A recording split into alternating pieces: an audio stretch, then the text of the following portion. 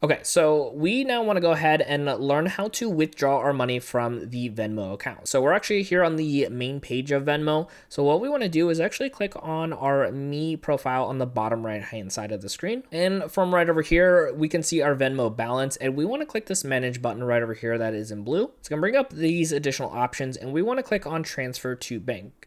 So we're going to click here.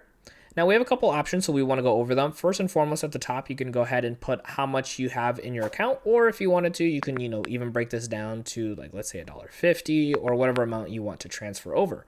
We're going to just put the $5 here. Now, the next thing down here, you're going to see two different options. One is with instant and another is with 1 to 3 business days. Now, the 1 to 3 business days is entirely free, doesn't cost you anything. And this actually typically ends up being on the 1 business day side. But then there's this instant option here as well. Now, instant doesn't actually always mean instant. It does say down here that it can take up to 30 minutes, and there is going to be a fee. Now, this shows 25 cents, but it is actually based off the amount that you're transferring up to a certain amount, which I believe is going to be over $25, maybe more, but just something to keep in mind. So the more you're transferring out faster, the more expensive it's going to get for you. Now, whether you go with the instant or the 1 to 3 business days, you're going to be able to choose which account you want to transfer to. So if we click on here, you're going to see all the different options you have. If you have a new one you want to add, you can go ahead and add it right here too. Or if you need to toggle over between the different accounts that you have on file, you can go ahead and do that as well.